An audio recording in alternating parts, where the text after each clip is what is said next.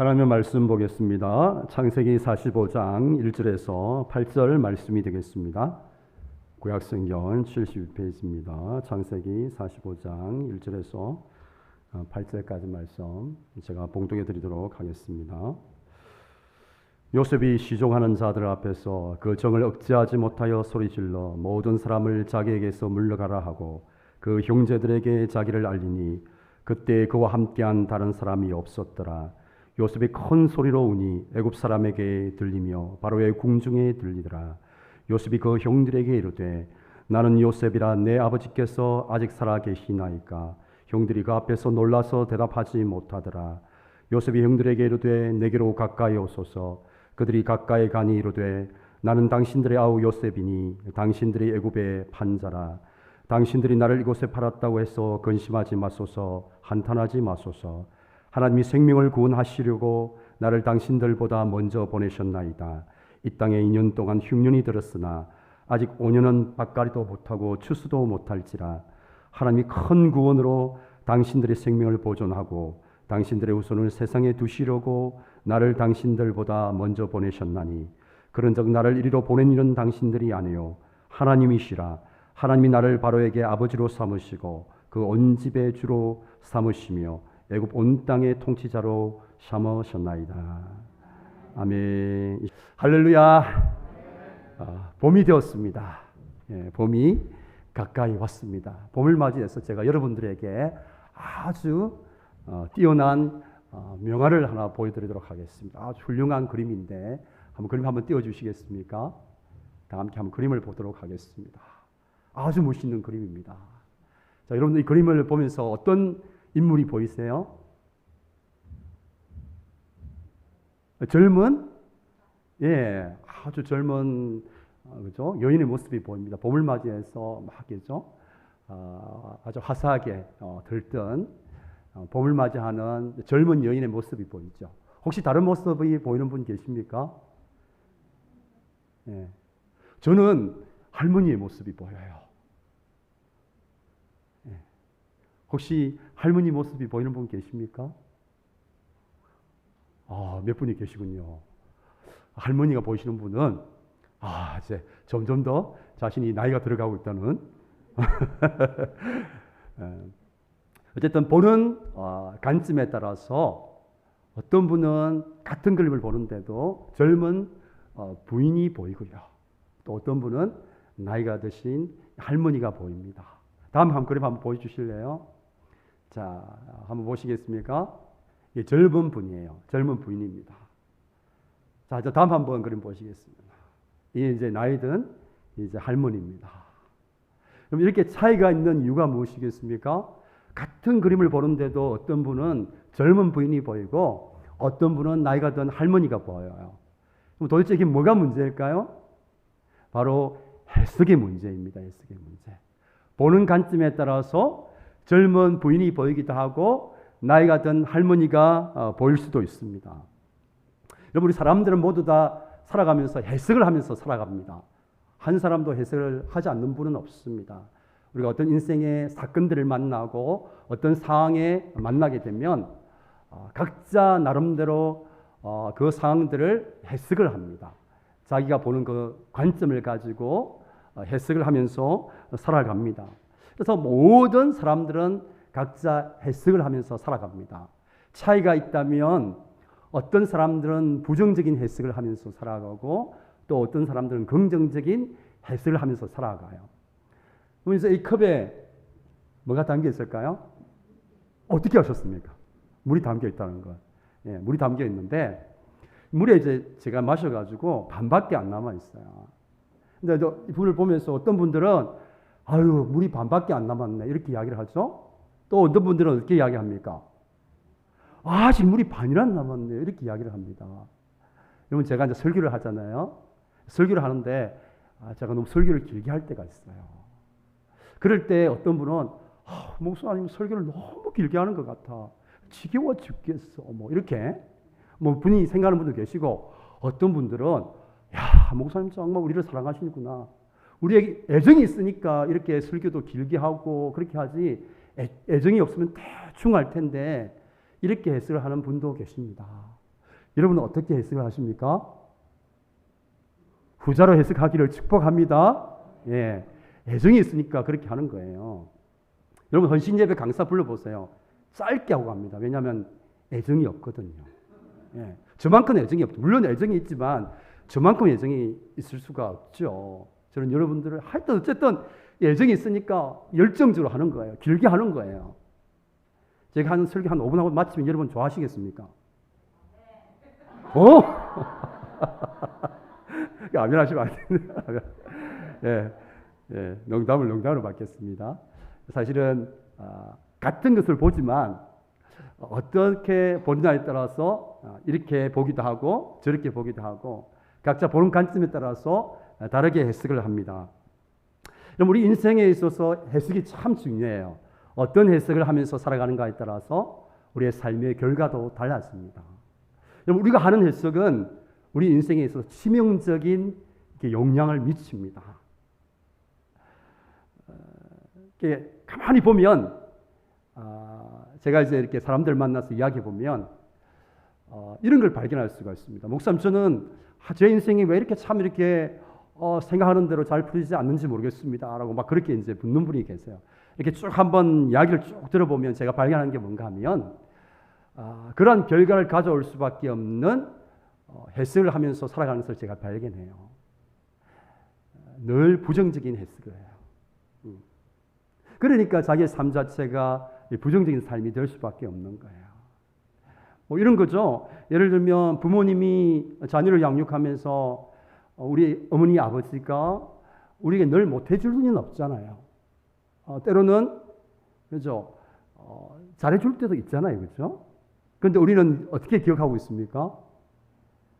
잘해준 건 하나도 기억하지 못하고 못해준 거, 섭섭한 거 이것만 기억하고 있으니까 해석을 어떻게 합니까? 우리 아버지 어머니는 좋은 아버지 어머니가 아니다. 이렇게 이제 해석을 하는 거죠. 그래서 우리가 해석을 하는 것이 너무너무 중요합니다. 우리 삶에 아주 결정적인 영향을 미치는 거야. 그 사람이 어떠한 관점을 가지고 어떻게 해석을 하는가가 우리 인생에 아주 중요한 결과를 가져옵니다. 자, 그런데 우리 믿음의 사람들에게 있어서는 단순히 이렇게 부정적인 해석과 긍정적인 해석 이런 차원과는 다른 신앙적인 차원이 있어요. 그게 뭔가 하면 성숙한 해석과 미성숙한 해석이 있습니다. 우리 한번 따라서 하겠습니다. 성숙한 해석, 미성숙한 해석. 세상 사람들은 해석을 할 때 긍정적인 해석 또는 또 부정적인 해석 이렇게 나눌 수 있지만 우리 믿음의 사람들은 성숙한 해석을 하는가 미성숙한 해석을 하는가 이 두 가지로 나눌 수가 있습니다. 우리가 오늘 본문을 보시면 요셉이라는 한 인물이 나오죠. 요셉의 오늘 본문을 보시면 자신에게 일어난 사건과 상황을 해석하고 있는 것을 보게 됩니다. 요셉의 해석을 통해서 이 성숙한 해석과 미성숙한 해석이 어떻게 나타나는지를 보면서 저와 여러분이 성숙한 해석을 하면서 살아갈 수 있기를 축복합니다. 자, 먼저 미성숙한 해석을 한번 보도록 하겠습니다. 4절 말씀입니다. 우리 함께 읽겠습니다. 다 함께요.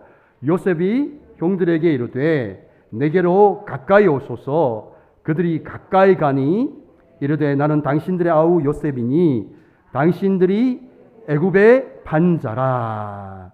당신들이 애굽의 반자라. 내가 당신들이 이집트에 팔아넘긴 그 아우 요셉입니다. 라고 그렇게 이야기를 하고 있습니다. 지금 요셉의 해석을 볼 수가 있습니다. 자신에게 어떤 사건이 일어났잖아요. 그죠? 일어나서는 안 되는 사건이 일어났어요. 너무너무 고통스럽고 가슴 아픈 일이 일어났어요. 그게 뭡니까? 형들이 아우 요셉을 애굽의 노예로 팔아넘긴 사건이죠. 일어나서는 안 되고 정말 가슴 아프고 고통스러운 사건이 일어났습니다. 이 사건을 요셉이 어떻게 해석을 하고 있습니까? 당신들이 나를 노예로 팔았다. 그렇게 해석을 하고 있습니다. 여러분, 형들이 요셉을 판 것이 사실입니까? 아니면 거짓입니까? 사실입니다. 요셉이 지금 없었던 일을 지어내는 것도 아니고 그가 상상을 해낸 것도 아니고 요셉에게 실제로 일어났던 사실 팩트입니다. 팩트. 거짓말이 아닙니다.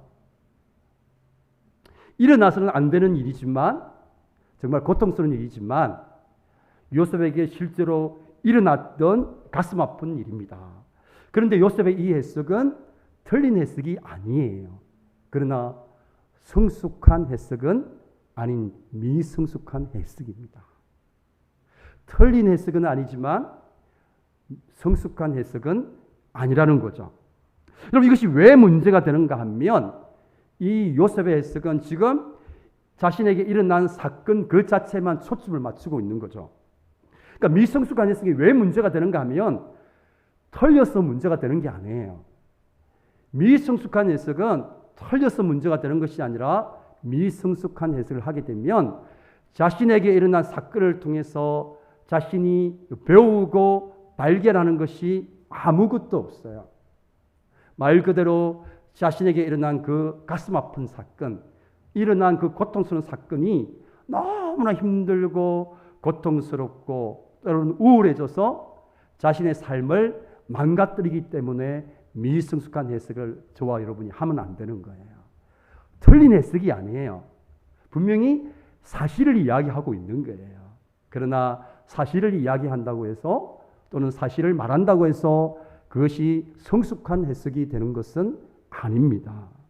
여러분, 만약에 요셉이 이 미성숙한 해석, 자기에게 일어난 사실에 이 초점을 맞추는 이 미성숙한 해석에 머물러 있었다고 한다면 요셉은 자신의 삶을 망가뜨렸을 것 같아요. 자기를 판 형들에 대한 원망, 분노, 어떻게 형들이 나한테 이럴 수가 있지 하는 그러한 미움의 감정들, 분노의 감정들, 또 그것을 넘어서서 우울해지는 감정들, 여기에 머물러 있다고 한다면 요셉은 자신의 삶을 망가뜨리고 말았을 거예요. 생각해 보십시오. 요셉이 이미 자신에게 일어났잖아요. 형들이 자신을 팔았잖아요. 분명한 사실입니다. 이 사실을 가지고 자신이 일어나는 어떤 사건들을 해석하고 지금 자신의 상황을 해석하고 형들을 미워하고 우울해했다면은 요셉의 삶은 분노와 우울함으로 무너지고 말았을 거예요. 그러니까 미숙숙한 해석은 틀린 해석이 아닙니다. 형들이 요셉을 판 것은 부인할 수 없는 분명한 사실입니다. 그러나 제가 말씀드린 것처럼 사실을 안다고 해서 또는 사실을 말한다고 해서 그것이 사람을 유익하게 할 수는 없는 것입니다. 사람을 살리고 소망을 줄 수가 없습니다. 여러분 한번 생각해 보십시오. 형들이 나를 팔았다. 그 사실을 안다고 해서 뭐가 달라집니까? 보디발의 아내가 나에게 억울한 누명을 씌워서 내가 감옥에 들어갔다. 그 사실을 안다고 해서 뭐가 달라지는 게 있습니까? 요셉에게 무슨 위로가 되고 그것이 요셉에게 무슨 소망이 됩니까? 여러분, 우리가 사실을 안다고 해서 사실을 말한다고 해서 그것이 사람을 살리거나 사람에게 소망을 주거나 그렇게 할 수가 없습니다. 도대체 사실을 안다고 해서 달라지는 것이 무엇이 있습니까? 우리에게 일어난 사건들, 힘든 사건들, 아팠던 사건들, 그것을 사건에게 초점 맞추면 그것이 우리를 괴롭혀요. 우리를 무너뜨립니다. 우리를 아프게 합니다. 우리를 고통스럽게 해요. 그것이 단 그 야도 아니에요. 거기에는 소망이 없습니다. 거기는 사람을 살려내지 못해요. 사람을 살리고 사람에게 소망을 주기 위해서는 일어난 사건에만 초점을 맞추는 미성숙한 해석에서 벗어나서 성숙한 해석으로 나아가야 돼요. 자, 그러면 성숙한 해석이란 어떠한 해석일까? 5절 말씀입니다. 우리 5절 말씀을 함께 읽도록 하겠습니다. 다 함께요. 당신들이 나를 이곳에 팔았다고 근심하지 마소서, 한탄하지 마소서. 하나님이 생명을 구원하시려고 나를 당신들보다 먼저 보내셨나이다. 그럼 이것을 표준 세 번역으로 보기 때문에 더 아주 자세하게 번역이 되어 있어요. 우리 같이 한번 표준 세 번역 되어 있는 거 같이 한번 읽어보겠습니다. 그러나 이제는 걱정하지 마십시오. 자책하지도 마십시오. 형님들이 나를 이곳에 팔아 넘기긴 하였습니다만 그것은 하나님이 형님들보다 앞서서 나를 여기에 보내셔서 우리의 목숨을 살려주시려고 그렇게 하신 것입니다. 여러분, 요셉은 형들이 자신을 팔았다는 사실을 분명히 알고 있었습니다. 이것은 미성숙한 해석이에요. 그러나 요셉의 위대함은 어디에 있습니까? 형들이 자신을 팔았다는 그 사실을 아는 것만으로 그 미성숙한 해석에 머물러 있지 않습니다. 형들이 자신을 판 그 가슴 아픈 일로, 그 일어나서는 안 되는 일로 우울과 분노 속에서 살면서 형들을 미워하고 어떻게 하면 형들에게 원수를 갚을까 이를 빡빡 갈면서 그렇게 자신의 삶을 망가뜨리지 않습니다. 자신에게 일어난 그 고통스러운 사건을 형들이 자신을 판 것으로만 보지 않고 거기에서 또 다른 차원으로 넘어가죠. 뭐라고 고백하고 있습니까? 자신에게 일어난 그 가슴 아픈 일을 어떻게 해석하고 있습니까? 자신이 종으로 팔려온 것은 형들이 팔아서가 아니라 하나님이 우리 민족을 구원하시려고 요셉을 먼저 형들보다 보내신 것이라 그렇게 해석을 하고 있습니다. 여러분, 일어난 사실은 어떤 사실입니까? 형들이 요셉을 판 것입니다. 그런데 뭐라고 하고 있습니까? 표준 세 번에 보게 되면 행님들이 나를 이곳에 팔아 넘기긴 하였습니다만 분명하게 그 사실을 알고 있어요. 요셉은 모르고 있는 것이 아닙니다. 그러나 그것은 하나님이 나를 먼저 보내신 것이다. 그렇게 해석을 하고 있는 거예요. 여러분, 이것이 너무너무 중요합니다. 여러분, 만약에 요셉이 형들이 자신을 판 이 미성숙한 해석에만 머물러 있다고 한다면 우리가 성경에 보는 요셉의 그 이야기를 볼 수가 없을 거예요. 막 노예생을 하다가 뭐 원통함이 사무쳐가지고 합병이 들든지 아니면 너무너무 힘들어서 자신의 삶을 포기할 수도 있었을 거예요. 그런데 거기에 머물러 있지 않아요. 하나님이 자신을 형들보다 먼저 앞서 보냈다. 정말 하나님께서 그렇게 하셨다는 사실 너머에 있는 또 하나의 사실을 요셉이 보고 깨닫고 있는 거예요. 그러니까 미성숙한 해석에서 성숙한 해석으로 자신의 삶을 보는 눈과 시각이 달라진 다르게 해석하고 있는 요셉을 우리는 보게 됩니다. 여러분, 우리가 요셉 이야기를 읽으면서 여러분들은 요셉 이야기를 이렇게 창세기에 나와 있는 이야기를 읽으면서 어디에 여러분들은 초점을 맞추십니까? 대부분 우리 한국의 그리스도인들은 요셉 이야기는 핵심이 뭡니까? 요셉이 온갖 고생 다 이겨내고 강대국 애굽의 국무총리가 되었더라. 여기에 초점을 맞춰요. 여러분, 그렇게 읽으면 성경을 잘못 읽은 겁니다. 하나님이 우리에게 그것을 깨닫도록 하시기 위해서 이 요셉의 이야기를 그렇게 많이 하셨겠습니까? 좀 요셉 이야기의 절정은 그가 자신에게 일어난, 자신의 인생 가운데 일어난 말로 표현할 수 없는 그 참담한 사건들을, 그 아픔의 일들을, 일어나서는 안 되는 그 가슴 아픈 일들을 일어난 사건 그 자체로만 보지 않고 하나님의 섭리의 차원에서 보게 된 것입니다.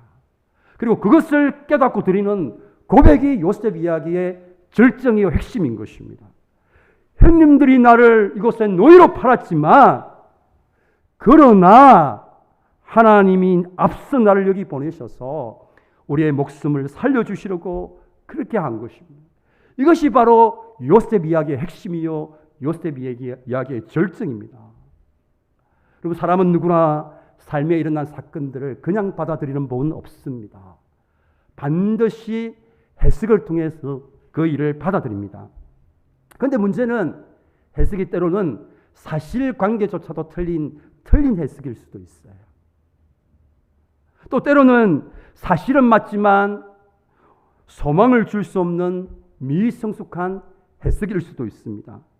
그래서 우리에게 일어난 삶을 해석하고 우리를 둘러싼 상황들을 해석할 때에 우리가 어떻게 해야 되는가 하면 먼저 우리가 하는 해석이 틀린 해석이 되지 않도록 저와 여러분이 주의를 기울여야 합니다. 정확한 사실관계를 확인해 봐야 된다는 거예요. 의외로 사람들이 어떤 일들이 일어나면 잘못된 정보를 가지고 틀린 해석을 해요. 그러니까 당연히 틀린 해석에 의해서 일어난 그 결과는 그 삶이 좋은 삶이 될 수가 없는 거예요. 사실조차도 틀린 해석을 하는 분들이 많이 있어요. 또 어떤 분들은 미성숙한 해석을 하는 분들이 있어요. 그저 일어난 사건에만 초점을 맞춥니다. 나에게 어떻게 이런 일이 일어났지? 여기에만 사실 초점을 맞추는 거예요. 그에게 일어난 그 고통스러운 사건과 그 가슴 아픈 사건이 말 그대로 고통이요 가슴 아픈 일로 끝나는 것이죠. 아무런 의미도 발견하지 못한다. 아무런 깨달음도 얻지 못하고 아무런 유익도 얻지 못해요. 이게 바로 미성숙한 해석입니다. 그럼 미성숙한 해석이 문제가 되는 것은 사실이 틀려서가 아닙니다. 틀린 해석이 되어서 문제가 되는 게 아니고 아무런 소망을 주지 못하는 거예요. 여러분, 우리가 사실을 안다고 해서 그게 달라진 게 뭐가 있습니까? 이미 과거에 일어난 사건을 안다고 해서 우리 삶이 달라진 게 뭐가 있어요? 우리에게 무슨 소망을 줄 수가 있어요? 어떻게 사람을 살려내요? 여러분, 과거에 일어난 가슴 아픈 사건들을 생각해 보세요. 그거 안다고 해서 뭐가 달라집니까? 여러분 삶에 무슨 소망이 생깁니까? 사실을 아는 것은 미성숙한 해석이에요. 사실을 넘어서는 성숙한 해석이 필요합니다. 그래서 우리는 해석을 할 때 먼저 정말 틀린 잘못된 해석을 하지 않도록 정확한 사실관계를 확인을 해야 돼요. 잘못된 거짓 정보를 가지고 잘못된 해석을 하면 안 됩니다. 또한 일어난 사건에만 초점을 맞추는 미성숙한 해석을 하는데 머물러 있어는 안 돼요. 성숙한 해석으로 나아가야 되죠. 그럴 때 우리는 우리에게 일어난 그 사건들을 통해서 의미를 발견하게 되고 삶을 살아갈 소망을 가지게 되는 거죠. 우리는 우리 인생 가운데 일어난 사건을 없는 것처럼 할 수가 없습니다. 실제로 우리 삶 가운데 일어난 일이에요. 이미 일어난 사건을 부인한다고 해서 그것이 없어지는 것이 아닙니다. 일어난 사건은 일어난 거예요. 내가 부인한다고 해서 달라지는 것은 아무것도 없습니다.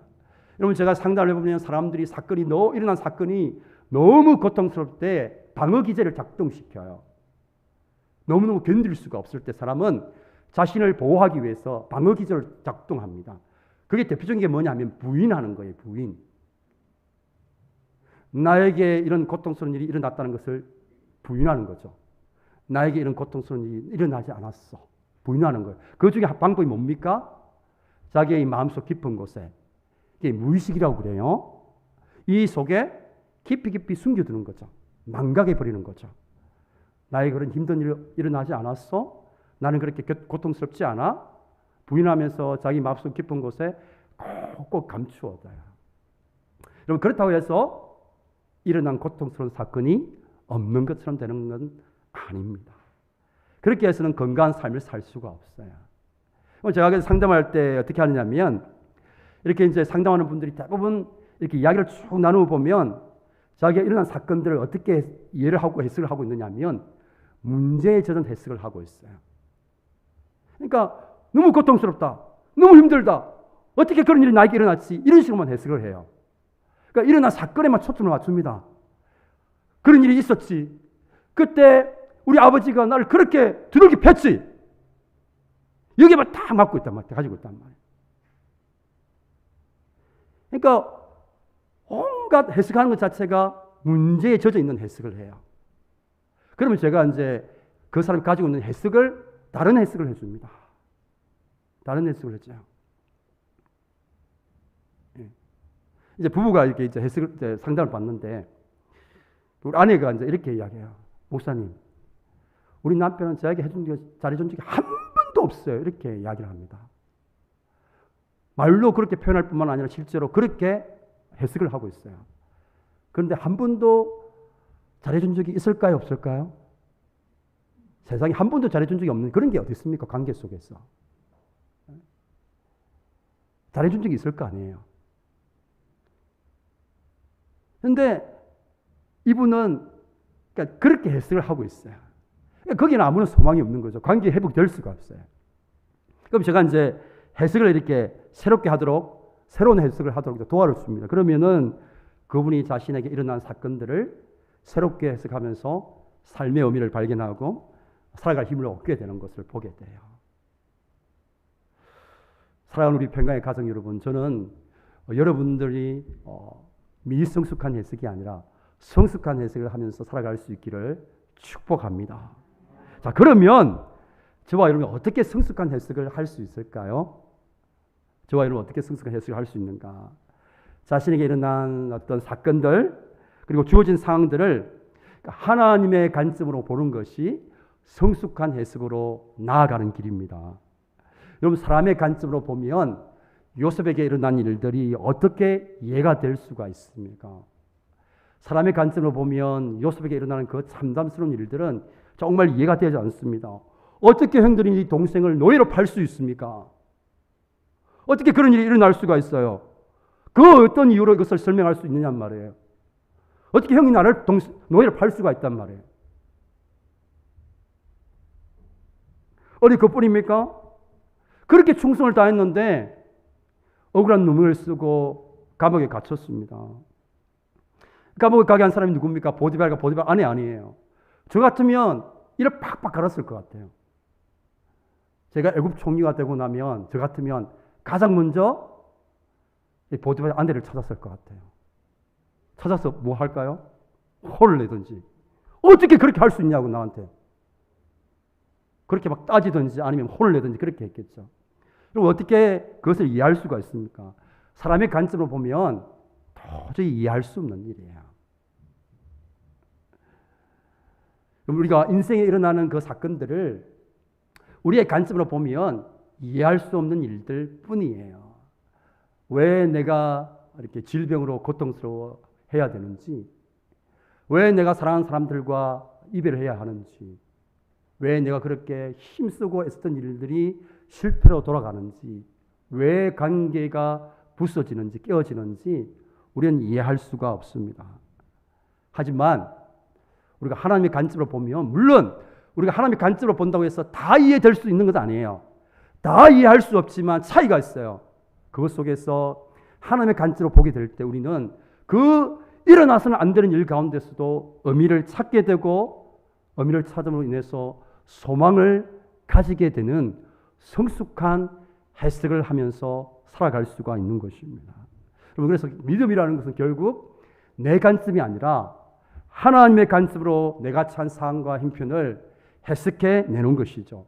그러니까 저와 여러분이 믿음이 커지고 성장한다는 것은 우리 삶 속에 일어난 그 많은 일들을 하나님의 관점과 시선으로 그것을 해석하는 능력이라는 거예요. 우리 믿음은 해석하는 능력이에요. 어떤 분들은 제가 신앙생활을 오래 하신 분에도 불구하고 늘 사실조차도 맞지 않는 틀린 해석을 해요. 미성숙한 해석 그 정도가 아니고 아예 틀린 해석을 한단 말이에요. 기본적인 사실관계조차도 확인하지 않는.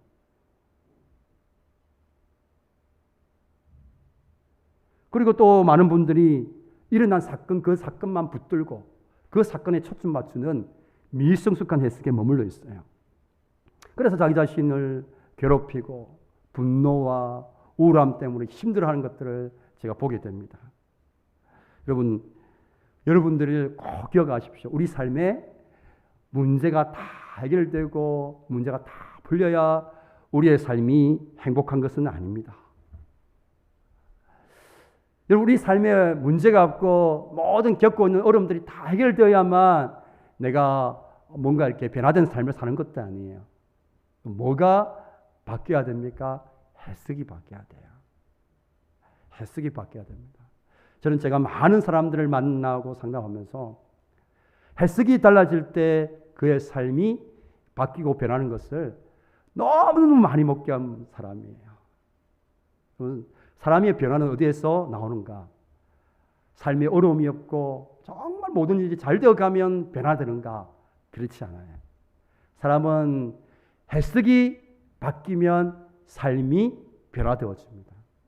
그렇기 때문에 저와 여러분이 성숙한 해석을 해야 되는 것이죠. 어떤 일어나서는 안 되는 사건같이 보이는 그런 사건 가운데서도 우리는 성숙한 해석을 하게 되면 그 속에서 삶의 의미를 찾게 돼요. 그 속에서 희망을 발견하게 됩니다. 소망을 가지게 됩니다. 자, 그런데 저와 여러분이 꼭 놓치지 말아야 될 것이 있습니다. 우리가 하나님의 관점으로 삶을 해석하는 것은 어느 날 하루아침에 이루어지는 것이 아니라는 것이죠. 갑자기 어느 날 은혜를 받아가지고 내가 갑자기 내 삶을 하나님의 관점으로 해석하는 그런 성숙한 해석이 가능해졌다. 그런 게 없다라는 거예요. 여러분, 성숙한 해석은 우리에게 일어난 사건을 하나님의 관점으로 보는 이 성숙한 해석은 어떻게 가능한가? 저와 여러분이 매일의 삶 가운데서 일어난 사건들을 하나님의 말씀을 가지고, 하나님의 관점이 담겨있는 하나님의 말씀을 우리가 가지고 그것을 하나님의 관점을 무엇인가를 우리가 먼저 배워야 되는 거예요. 말씀을 통해서 하나님의 관점이 무엇인가? 저와 여러분 먼저 배워야 돼요. 하나님의 관점을 말씀을 통해서 배워야 돼요. 말씀을 공부하고 묵상하고 그것을 통해서 하나님의 관점이 무엇인지를 먼저 배워야 돼요. 그리고 나서 어떻게 됩니까? 하나님의 관점을 나의 삶 가운데 적용시킬 때 우리는 그것이 하나님의 관점으로 나에게 일어난 사건들을 보고 해석하는 성숙한 해석을 하는 그런 능력이 길러지게 되는 거예요. 어느 날 갑자기 성숙한 해석을 하는 것이 가능하지가 않습니다. 여러분들이 별 의미 없이 하루하루를 보내는 그 하루의 삶 가운데 여러분이 말씀을 가지고 일어난 일들을 해석하는 것이죠. 하나님의 관점으로. 그리고 그러한 것들이 쌓이고 쌓이면 어느새 인생에 일어난 모든 사건들을 하나님의 관점으로 해석하는 성숙한 해석이 가능하게 되어지는 것입니다. 바로 여기에 저와 여러분이 하나님의 말씀을 공부하고 하나님의 말씀을 배우고 묵상해야 될 이유가 바로 여기에 있는 거예요. 여러분, 봄이 되었습니다. 봄바람이, 아주 따뜻한 바람이 느껴지시죠? 봄은 하나님의 말씀을 공부하기에 좋은 날씨입니다. 은혜 받기에 좋은 날씨입니다. 말씀을 통해서 하나님의 관점이 무엇인지를 배워가기에 참 좋은 날씨입니다. 여러분들이 하나님의 관점을 배우셔야 돼요. 말씀을 통해서 하나님의 관점을 배우셔야 돼요. 말씀을 통해서 하나님의 관점으로 여러분의 삶을 해석하는 그런 것들을 배우셔야 돼요. 그래야만 여러분의 삶 가운데 일어나는 사건들, 그 사건들이 어떠한 사건이든지 여러분들이 틀린 해석을 하거나 미성숙한 해석을 해서 여러분의 삶을 괴롭히거나 파괴하는 것이 아니라 성숙한 해석을 통해서 여러분들이 그 속에서 삶의 의미를 찾고 소망을 가지며 살아갈 수가 있는 것입니다. 사랑하는 평강의 가정 여러분, 저와 여러분 모두가 성숙한 해석을 하면서 살아갈 수 있는 가족들 되기를 축복합니다. 그래서 이 봄날에 저와 여러분이 하나님의 관점을 배우는 말씀에 여러분의 시간을 드릴 수 있기를 축복합니다. 우리 같이 한번 찬양하겠습니다. 하나님은 너를 만드신 분 찬양했습니다. 같이 한번 찬양하겠습니다.